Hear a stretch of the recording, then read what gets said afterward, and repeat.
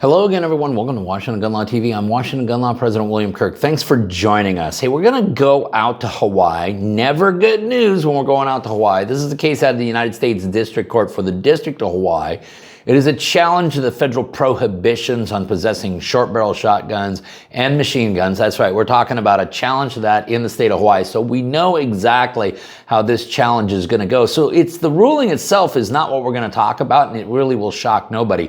The reasoning used, however, is incredibly alarming, and it's incredibly alarming because it's not the first, the second, or the third time we've seen it. In fact, we're beginning to see this reasoning pop up more and more and more, and candidly, this becomes the newest playbook in how they're just going to disarm all of you, and I'll explain in just a moment. So today, let's geek out for a few minutes and let's talk about this is how they'll just ignore the Second Amendment.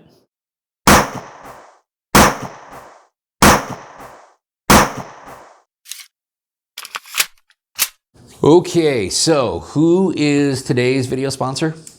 Taylor Freelance. No, seriously, who's today's video sponsor? Taylor Freelance. Taylor Freelance. Okay, you realize what Google is going to do to this video if we have Taylor Freelance advertised on this channel. Okay, well, here goes nothing. All right, hey, listen, before we get going too far down the road we're going down, proud to announce that this video is brought to you by Taylor Freelance. That's right, American-owned, American-made, right there in Bellingham, Washington.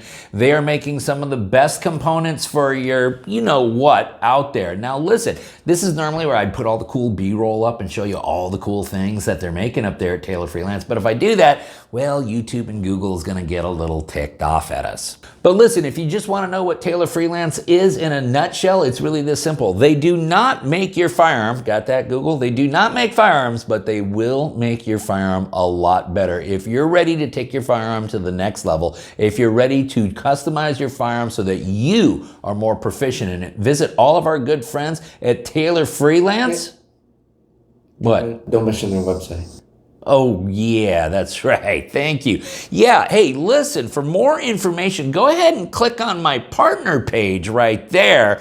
And there you'll find the link to Taylor Freelance so you can check out all the cool things that they're doing. For more information, visit my partner page. Okay. The case we're talking about today is a case called United States v. Chan. It is a challenge to a couple sections of 18 United States Code, Section 926, the federal prohibitions on possessing short barrel shotguns or automatic weapons unless you have jumped through all the federal loopholes. Of course, Mr. Chan was found to be in possession of both. Charged under federal law. I'm sure there's a litany of Hawaii state laws that he violated as well. And his defense team moved to dismiss the indictments on a constitutional challenge. Those challenges have been summarily dismissed, a shocker to nobody. But this is what I want everyone to understand, is that while there probably was a very clear roadmap using the actual acceptable Bruin test, this court has chosen to take a different route to get there, and it is a route that I am seeing more and more courts do, and this becomes the playbook. For years and years, we always said if the Democrats were to get control of the United States Supreme Court, how are they going to disarm you?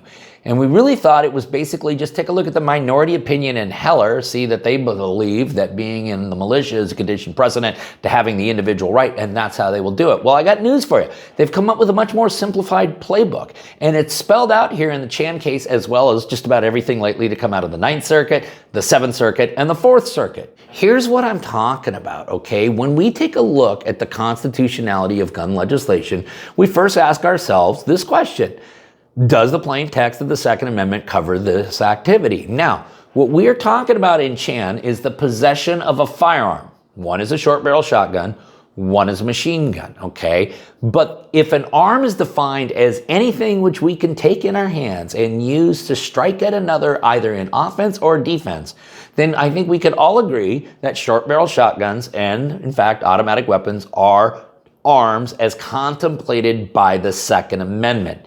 So the answer to that question, of course, should be yes, it does. And in that situation, then it would be the government's job to justify these bans through historical analogues. And depending how creative you want to get with the Rahimi case, they don't even have to be that close anymore, okay? They can be relevantly similar under a more nuanced approach.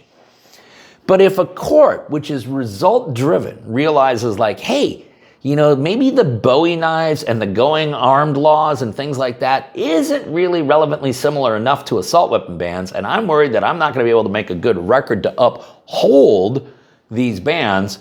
What I need to do is not even require the government to get to the second step. And that's exactly what they're doing here in Chan, and what they've done in the 4th Circuit and the 7th Circuit and the 9th Circuit. And it's this. They, instead of asking the question, does the plain text of the Second Amendment cover this activity? Instead, the question is, does the plain text of the Second Amendment cover this activity? Because we are talking about a firearm which is traditionally and commonly used only for self-defense. Where does that test come from? Well, that test comes from completely made up out of thin air.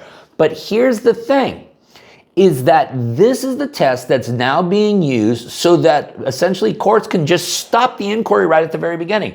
The Second Amendment's not even in play here.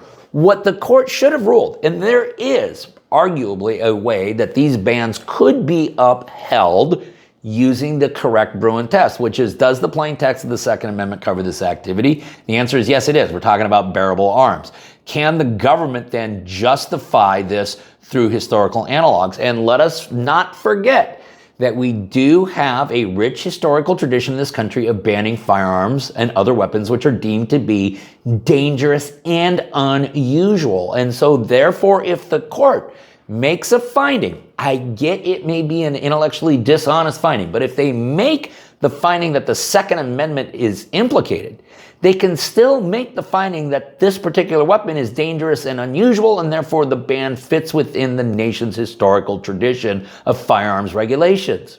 And you see, when we take that part of the test that is in common use for self-defense and determine whether or not that actually means that the Second Amendment is implicated, we take the numerical value of the common use test, the most basic component of the common use test, and we remove it from the equation altogether so that the court doesn't have to deal with it anymore. Because rather that being part of the second part of the equation, they put it into the front part of the equation, which now means the numerical value of it doesn't matter at all. It doesn't matter at all because all the court has to do then is find out, yeah, there may be millions and millions of these, but nobody actually uses this for self-defense. This is purely an offensive weapon. It's more militaristic-like. It's more suitable for military, whatever nomenclature they come up with.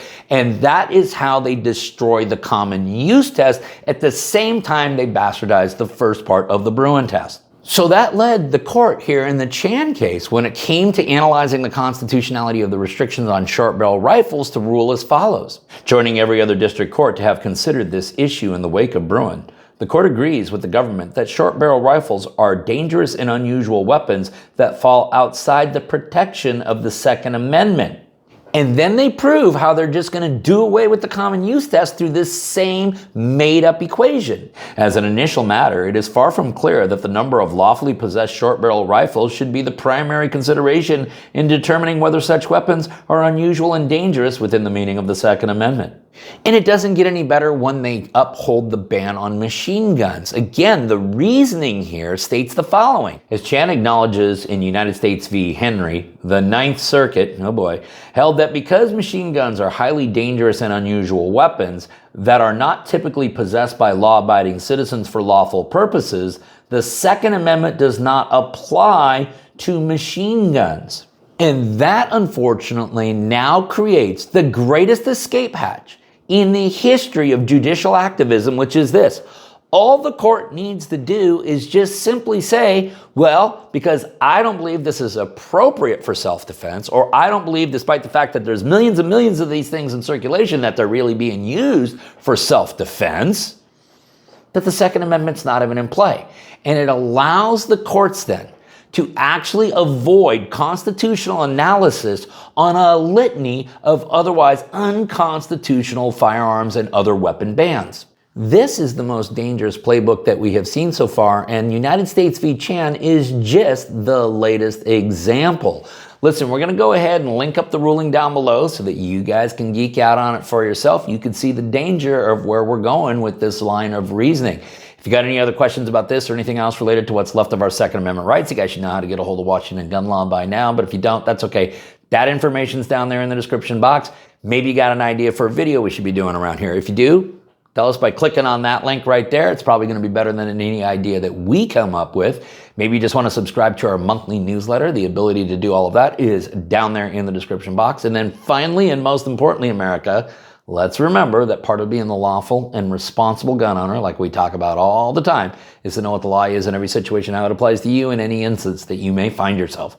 Until next time, thanks for watching and stay safe.